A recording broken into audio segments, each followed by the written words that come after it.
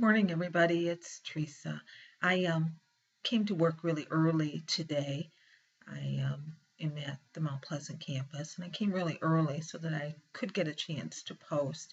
And along the way, it's a beautiful drive, just an absolutely beautiful drive today. The sun was coming up, the sky was full of just pinks and yellows, and just an absolutely beautiful morning.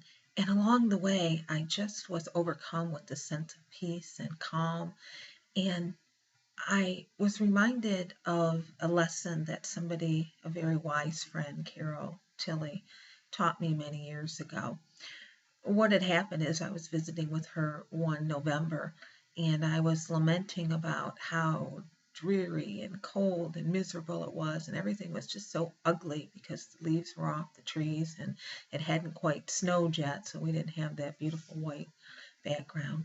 And she said to me, she said, "Oh, I really like this time of year because the trees are just absolutely beautiful against the skyline." And I said, "What do you mean?" And she says, "Well, look at them." And she pointed out this tree in her front yard.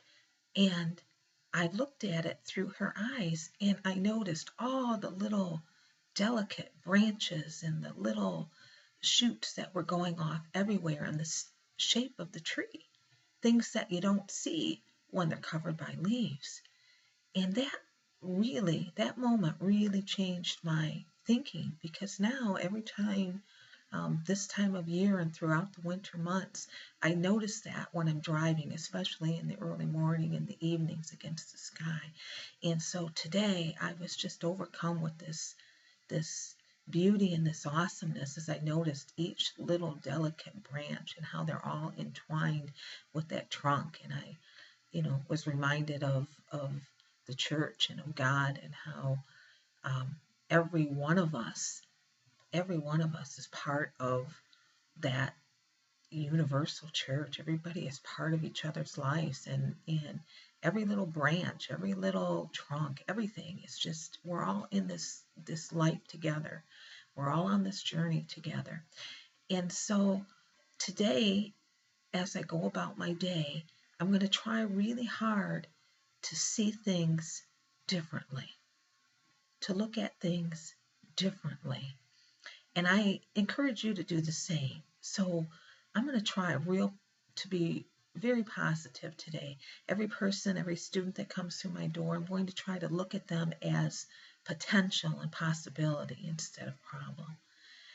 Every situation I encounter, I want to look at it as an opportunity to help someone or to encourage someone, rather than an inconvenience or an annoyance or an interruption.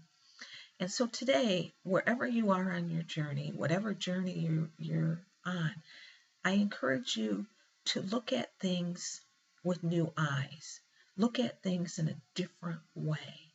So instead of focusing on, "Oh man, I only lost a half a pound or 1 pound a week. This is so ridiculously slow."